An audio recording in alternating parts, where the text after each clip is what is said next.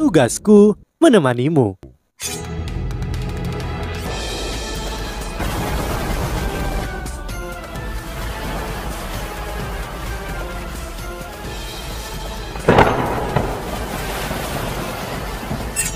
Hai sahabat Pasuk, kembali lagi bersama alur cerita versi novel Solen 2 Sekte Tang yang tak tertandingi. Jangan lupa like, subscribe, dan nyalakan tanda lonceng. Mari kita lanjutkan. Kau tidak akan dapat mencapai apa yang kau miliki hari ini sebenarnya. Dia adalah sosok yang jauh lebih berpengaruh dalam perkembanganmu daripada aku. Huo Yuhao mendengar penjelasan Rong Nianbing saat dia membiarkan peristiwa masa lalu mengalir di kepalanya. Beberapa hal yang dulunya tidak jelas mulai lebih masuk akal sekarang. Tidak heran aku diserang oleh sosok emas yang kuat di lembah pertanyaan cinta Yin Yang. Tidak heran Wutong menghilang setelah kembali ke Sekte Haotian. Legenda mengatakan Sekte Haotian juga dimulai oleh Tang San, pendiri Sekte Tang. Sekarang semuanya jatuh ke tempatnya. Huo Yuhao akhirnya mengerti segalanya. Tang Wutong sebenarnya adalah putri dari leluhur Tang San. Leluhur Tang San, calon mertuanya, dan telah mengujinya selama ini. Rong Nianbing melanjutkan, bahkan di alam dewa, dewa dibagi menjadi beberapa tingkatan. 5 dewa paling kuat dalam alam dewa membentuk komite yudisial. Di antara mereka ada 2 raja dewa, dewa kebaikan dan dewa kejahatan. Ada juga 3 penegak, dewa asura, dewa kehancuran, dan dewi kehidupan. Tang San kebetulan adalah salah satu dari dewa penegak. Dia adalah dewa asura. Sampai sekarang, kedua raja dewa telah pergi ke planet lain untuk dilahirkan kembali. Mereka ingin mengalami kehidupan manusia yang terus berubah. Saat ini, para raja dewa baru masih dalam tahap pengembangan. Oleh karena itu, Tang San dapat dikatakan sebagai dewa yang paling kuat di alam dewa. Dia pada dasarnya adalah satu-satunya yang mengelola alam dewa. Di luar komite alam dewa, para dewa yang paling kuat adalah dewa tingkat 1. Aku adalah salah satu dewa tingkat 1. Karena bagaimana kekuatan emosiku terkait dengan kemampuan dewa kebaikan dan kejahatan, aku lebih kuat daripada rata-rata dewa tingkat 1. Namun, aku masih pucat dibandingkan dengan Tang San. Setelah dewa tingkat 1, kita memiliki dewa tingkat 2 dan dewa tingkat 3. Ada juga sekelompok individu yang disebut pemburu patroli alam dewa. Mereka semua datang bersama untuk membentuk alam dewa. Karena keterbatasan ruang dalam alam dewa, hanya individu yang memiliki kursi dewa yang dapat memasuki alam dewa. Seseorang hanya dapat diberikan kursi dewa setelah dia berhasil melewati evaluasi yang ditetapkan oleh alam dewa serta komite alam dewa. Dan ketika kursi dewa tersedia, dia kemudian harus membuat terobosan dan naik ke alam dewa. Inilah tepatnya yang harus kau lakukan sekarang. Setelah menyelesaikan kalimatnya, Rong Nianbing berhenti sejenak. Dia tahu bahwa Huo Yuhao akan mengambil waktu untuk mencerna apa yang baru saja dia katakan. Huo Yuhao tampak mengerti apa yang dia katakan dalam waktu singkat. Bagaimanapun, dia selalu menjadi orang yang cerdas. Tak lama, gambaran yang jelas tentang alam dewa mulai terbentuk di kepalanya. Jadi, alam dewa pada dasarnya adalah dunia yang dibangun di atas benua Doulo. Ini adalah dunia yang menampung individu-individu yang telah melampaui batas dunia kita. Rong Nianbing melanjutkan, apakah kamu mengerti? Huo Yuhao mengangguk. Rong Nianbing berkata, aku hanya memberitahumu semua ini karena aku ingin memberimu satu kesempatan lagi untuk membuat keputusan. Lagi pula aku telah mengambil keuntungan dari situasi Tang San dan tidak melakukan sebanyak yang dia lakukan untukmu.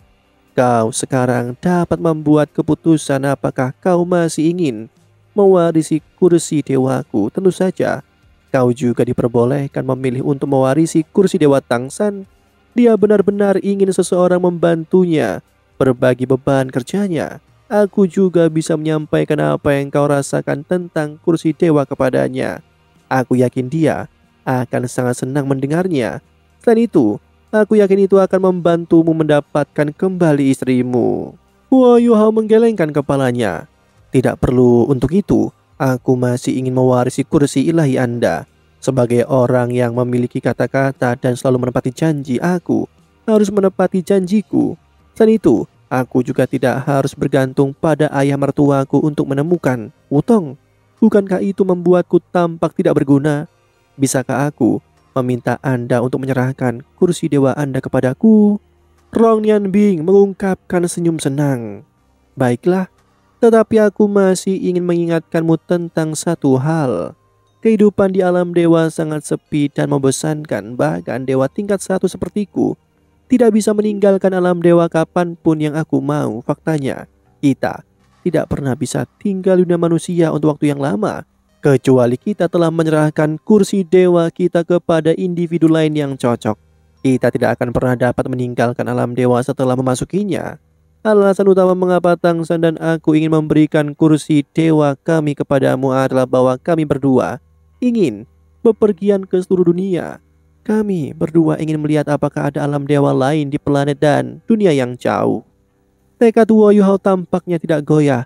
Setelah mendengar klarifikasi Rong Nianbing, dia berbicara dengan tegas. Aku bersedia mewarisi kursi dewa Anda. Tidak peduli berapa harganya, dia ingin pergi dan menemui Tang Wutong. Ini adalah sesuatu yang tidak akan pernah berubah. Rong Nianbing berseru, baiklah, aku sudah meletakkan semua hal yang kau harus ketahui. Karena kau masih bersedia untuk mengambil kursi dewaku, mari kita mulai. Setelah itu, ia mengangkat tangannya ketika dua cahaya, satu biru dan satu merah, melonjak dan bangkit di sekelilingnya. Wo Yuhao bisa merasakan bagaimana kekuatan jiwa es pamungkas yang diaktifkan oleh cahaya yang dirilis oleh Rong Nianbing. Pada saat ini Wo Yuhao merasakan sensasi yang akrab, menjadi satu dengan surga dan bumi ketika dia melepaskan belati ukuran hantu sebelumnya. Rong Nianbing melambaikan tangannya saat pemandangan di sekitarnya mulai memudar dan menjadi ilusi. Dalam sekejap mata, keduanya diangkut ke langit yang penuh bintang. Rong Nianbing terus melepaskan cahaya biru es dan merah menyala ke tubuh Wo Yuhao. Pada saat ini Wo Yuhao bisa merasakan bagaimana seluruh tubuhnya ditingkatkan. 3 inti jiwa di tubuhnya berputar dengan kecepatan yang belum pernah terjadi sebelumnya. Setiap kali sirkulasi selesai, fluktuasi kekuatan jiwa besar akan dirilis. Garis-garis cahaya mulai terbang di udara saat niat misterius mulai terbentuk di wajah Wo Yuhao. Garis-garis cahaya berbintang mulai turun dari atas ketika mereka mendarat di tubuhnya. Lingkungannya mulai menjadi bengkok ketika masa lalu Wo Yuhao mulai berjalan sendiri seperti rekaman di dalam dunia spiritualnya. Itu dimulai dari bagaimana dia diperlakukan dengan buruk di kediaman Adipati Rimau Putih. Setelah itu, ia pindah ke bagian ketika ia bertemu Tian Meng dan menyerap cincin roh jutaan tahun. Kemudian, itu menunjukkan kepadanya bagaimana dia bertemu Tang Wutong di Akademi Shrek. Semua yang terjadi padanya di benua Doulo muncul di depan matanya lagi. Dia dapat mengalami seluruh hidupnya dalam momen singkat ini. Setelah beberapa saat, Wo Yuhao membuka matanya lagi, hanya untuk melihat Rong Nianbing yang tersenyum. Saat dia menatap Rong Nianbing, warna pada pupil Wo Yuhao tampaknya menjadi lebih redup, seolah-olah dia telah menua dan telah mengalami lebih banyak tentang hukum alam semesta. Energi dan kekuatan di tubuhnya sedang mengalami transformasi lengkap. 3 inti jiwanya mulai mencair saat es pamungkas, kekuatan spiritual dan kekuatan spasial di tubuhnya mulai bergabung bersamaan. Kekuatan baru terbentuk. Lautan spiritualnya memiliki warna emas murni. Perasaan spiritualnya menjadi ilusi ketika indera ilahi yang pernah dideteksi oleh nilai Kese mulai berkembang dari lautan spiritualnya. Segala sesuatu tentang dirinya sedang ditingkatkan pada saat ini. Rong Nianbing mengangkat tangannya saat mahkota mistis muncul di bagian atas kepalanya. Mahkota itu memiliki 2 warna, biru es dan merah menyala. Tampaknya ada beberapa fluktuasi mistis yang memancar dari puncak mahkota. Wo Yuhao segera merasakan emosi di dalam dirinya. Kebahagiaan, kemarahan, kesedihan, kebahagiaan, cinta, benci, dan jijik. Belati embun pagi pada tubuh Wo Yuhao berubah menjadi seberkas cahaya biru dan kembali ke Rong Nianbing. 7 belati Rong Nianbing mewakili 7 jenis emosi yang berbeda. Untuk menyerahkan kursi dewanya kepada Wo Yuhao, Rong Nianbing pertama-tama harus mengambil kembali kekuasaannya darinya.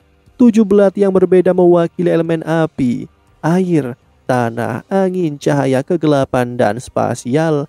Ini adalah 7 belati milik Rong Nianbing, sang dewa emosi. Desaan Dewi beku, belati embun pagi, raungan dewa menyala, belati yang positif, bisikan angin bebas, belati langit yang sombong, melodi bumi yang bangkit, belati keabadian, 6 cahaya cemerlang, belati mutiara giok, fajar menembus segalanya, belati cahaya suci, kutukan damnasi abadi, belati melahap setan. Ketujuh belati ilahi ini memancarkan 7 warna yang berbeda, yang juga mewakili 7 jenis emosi yang berbeda. Tiba-tiba, belati embun pagi berubah menjadi cahaya biru dingin. Saat ditembakkan ke Wo Yuhao, Wo Yuhao merasakan tubuhnya bergetar ketika cahaya biru melintas di depannya. Emosi melankolis diaduk dalam hatinya. Ini adalah kesedihan, salah satu dari 7 emosi. Setelah itu, belati yang positif merah berapi membawa api yang menyala dan terbang menuju Wo Yuhao. Kemarahan intens muncul di hati Wo Yuhao. Ini adalah amarah selanjutnya. Pisau hijau itu terbang menuju Wo Yuhao. Ini adalah belati langit yang sombong, bisikan angin bebas. Wo Yuhao bisa merasakan kebahagiaan di hatinya. Setelah itu, belati kuning panjang mengarah ke Wo Yuhao. Itu adalah belati keabadian, belati yang berisi kekuatan bumi. Cahaya kuning menyatu ke tubuh Wo Yuhao dan memberinya kebahagiaan.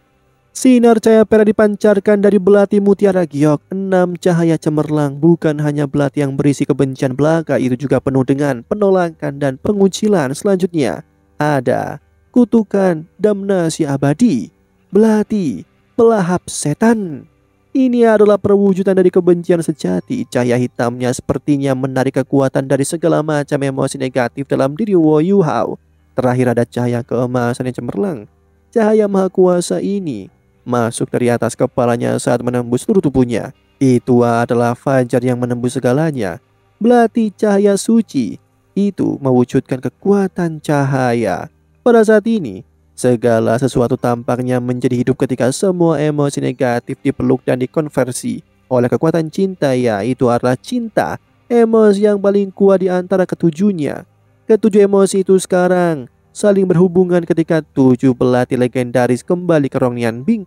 Jelas bahwa Rong Nianbing sedih berpisah dengan belati tercintanya, namun dia dengan tegas melambaikan tangannya ketika itu. Semua bergabung untuk membentuk bola cahaya. Bola cahaya kemudian dipisahkan ke langit berbintang di atas mereka. Tidak ada yang tahu apa tujuan mereka, tetapi mereka menghilang ke udara pada saat ini. Rong Nianbing datang sebelum Wo Yuhao dan secara bertahap menempatkan mahkota di tangannya di kepala Wo Yuhao.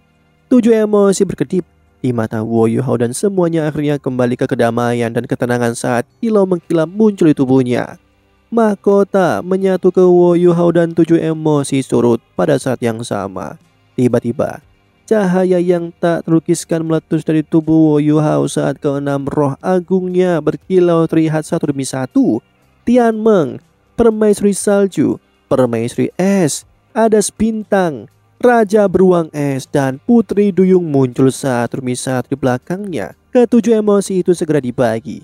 Permaisuri salju mewarisi emosi kesedihan, permaisuri es mewarisi emosi kemarahan, rumput es Adas bintang mewarisi emosi kebahagiaan, dan raja beruang es mewarisi emosi kebahagiaan. Putri duyung Lia mewarisi kejahatan, sementara seluruh tubuh Tianmeng ditutupi dengan lapisan cahaya keemasan, yaitu cinta. Dan itu memungkinkan Wo Yuhao mengalami transformasi drastis. Monster roh sejuta tahun sekarang telah memiliki masa depan dan telah mewarisi kekuatan cinta. Demikianlah kisah untuk kali ini. Sahabat Pasuk, jangan sedih, jangan bimbang, apalagi galau, karena aku kan selalu menemanimu.